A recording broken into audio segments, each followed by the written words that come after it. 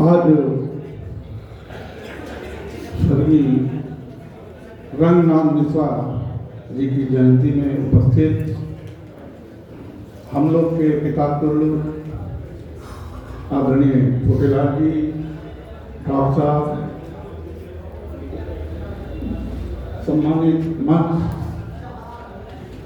तेजनाथ गुप्ता जी, इस कार्यक्रम के आयोजक अनुराग जी, शिवपाल सवरिया जी, अर्चना जी, जया जी, आशीष तिवारी जी, कुलदीप श्रीवास्तव जी एवं समस्त उपस्थित भाइयों बहनों, मुझे एक घटना याद आती है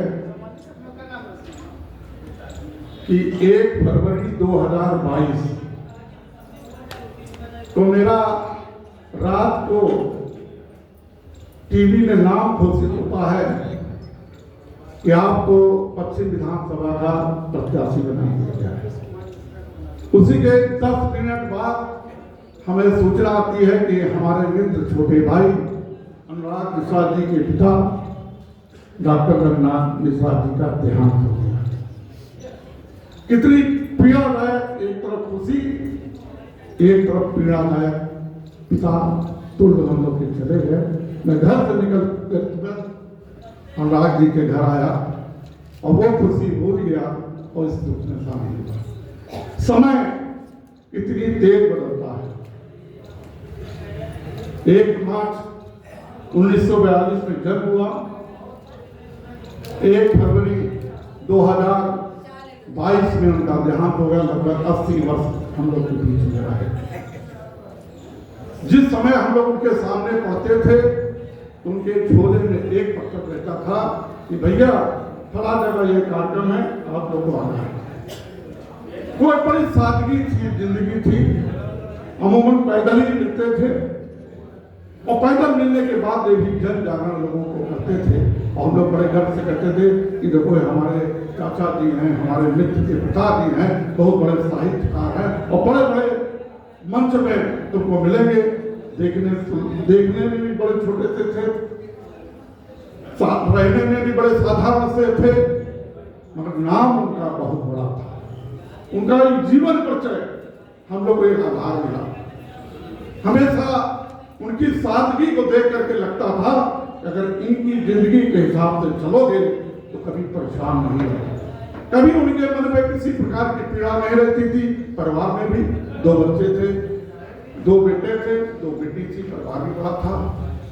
इनका भी बहुत समय सरकारी नौकरी में तनख्वाह भी बड़ी कम होती थी। हमको याद है कि हमारा भी परिवार 4 बहन 3 भाई 7 लोग थे। पिताजी को 7-8 हजार रुपए शायद तनख्वाह मिलती थी। उस समय परिवार में भोजन की व्यवस्था उचित हो जाए और शिक्षा के उचित व्यवस्था हो जाए, वही बहुत बड़ी बात होती थी। हम लोग विद्यालय में गुरु जी के सामने खड़े रहते थे कि गुरु जी 3 भाई पढ़ते हैं, फीस माफ कीजिए, ये निवेदन करते थे। मगर आज खुशी होती है कि उन परिवार के बच्चे आज इस लायक हुए।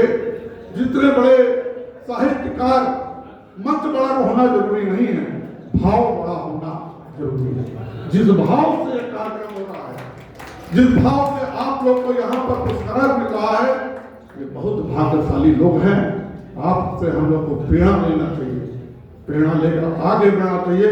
ये जिंदगी में सादगी बनी रहनी चाहिए, यही सादगी जिंदगी में काम है। मैं जब चुनाव हारा तो मेरे सामने अनेक लोग आए। आने के बाद में कुछ लोग मेरे पास इलाज के लिए आए। हमने कहा मेरे पास तो इतना पैसा नहीं, मैं इलाज के लिए कैसे दे दूं, कहां से दूं? तो हमको पता लगा कि सरकार इलाज के लिए पैसा देती है। तो मैंने ट्रायल के लिए मुख्यमंत्री जी को पत्र लिखा जब मुख्यमंत्री जी को पत्र लिखा तो वहां से जवाब आया, अंजनी कुमार श्रीवास्तव विजेता, फला व्यक्ति को 2 लाख रुपए दिया गया। तो मेरी एक हिम्मत बढ़ी, तो मैं लगातार मुख्यमंत्री जी को पत्र लिखता रहा।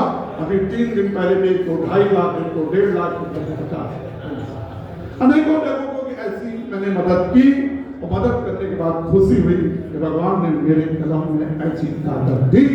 इसी तरह से कहता हूँ, आपके साहित्यकारों की कलम में इतनी ताकत है जो देश का परिवर्तन कर सकता है, देश का भविष्य बदल सकता है, हमारे जैसे बच्चों को जीवन दे सकता है।